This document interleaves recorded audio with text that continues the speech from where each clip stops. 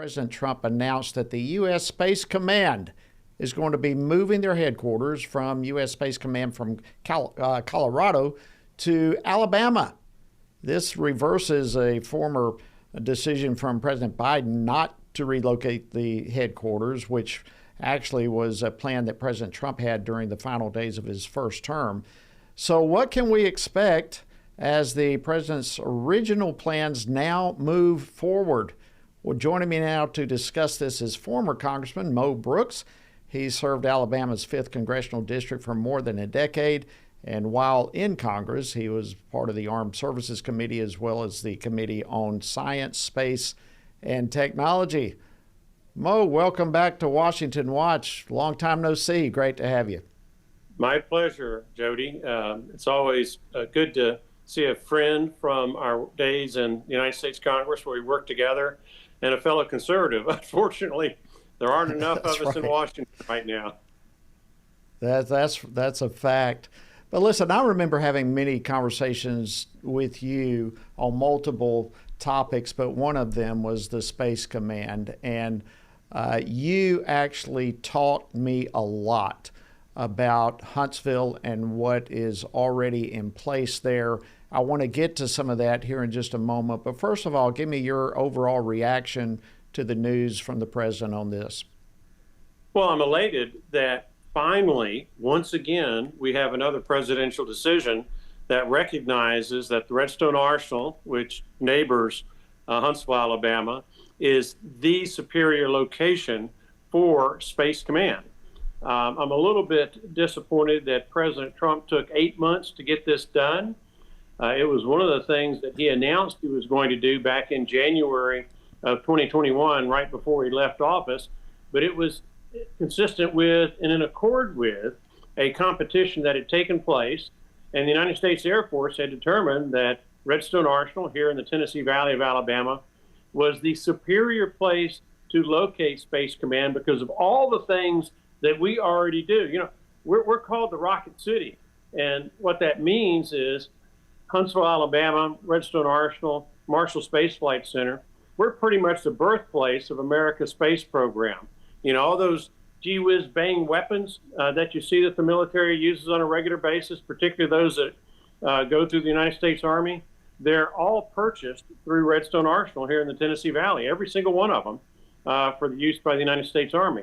Plus, we are the ones that have the physicists, the scientists, the engineers that, to a very large degree, either oversee the next technological breakthrough in weaponry or, in fact, actually invent that next breakthrough that gives our warfighters a better capability of prevailing against our adversaries. So you put all these things in place that we already have established at Redstone Arsenal, and it only makes sense that you would also cite Space Command because of our leadership with NASA, Marshall Space Flight Center, combined with our leadership in so many high-tech weapon systems and platforms that we are renowned for having invented or managed or built. Yeah, that is the type of information that I remember talking to you about. And to be very honest with you, I had no clue of the depth of the brain power and innovation that existed right there. So I'm so glad that you brought that up. Now, I'm sure you probably saw or at least heard a Department of Defense Inspector General report that was released in April could not identify why former President Biden chose Colorado over Alabama. And in all frankness, the main reason I've heard was that it would be too costly to move. But that is not strategic thinking, is it? Well, not at all. First, over the long haul, our community is a much cheaper, less expensive to the taxpayer place to locate Space Command. We've got workers who are available at lower cost. We've got housing that is available at lower cost.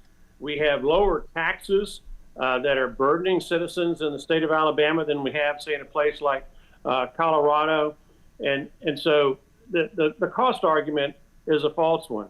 But where we were excelling and where we are unmatched is the technological capabilities that we have in our community. By way of just one example, we have more engineers per capita in this metropolitan area than any place in the United States. We have physicists and scientists just all around, okay? And that kind of intellectual talent, that synergy, when you put it all together, clearly made, according to the people who are making the decision now, the people who weren't involved in the politics, clearly made Redstone Arsenal, Huntsville, Alabama, the premier location to go. But give credit where credit is due. Colorado did not want to lose jobs. They were focusing on jobs, not national defense, but jobs. And they didn't want to see the potential loss of jobs or prestige go from Colorado to the state of Alabama. So they pulled out all stops. Now, it was to the detriment of the United States of America and our defense capabilities that the congressional delegation from Colorado, in conjunction with Joe Biden, reversed a merit-based decision. But give credit where credit is due. They did it for political reasons, and they were successful at achieving their goal, at least for some temporary point in time. But we cannot continue to fetter away time. Communist China is not waiting. They're building superior weaponry even as you and I speak. And we cannot. Yeah, let me ask you about that. We've only got about a minute left, but yeah, this some people don't realize the significance of this, but this is a significant move, particularly as you just referenced, be it China or Russia increasingly looking at space for military competition. This is a strategic move.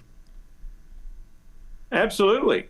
Joe Biden and the Colorado delegation set us back 3 or 4 years by the political games that we played. But we've got to get our act together, and we've got to do what is necessary to adequately protect and promote our assets in space, or else we risk losing those kinds of assets.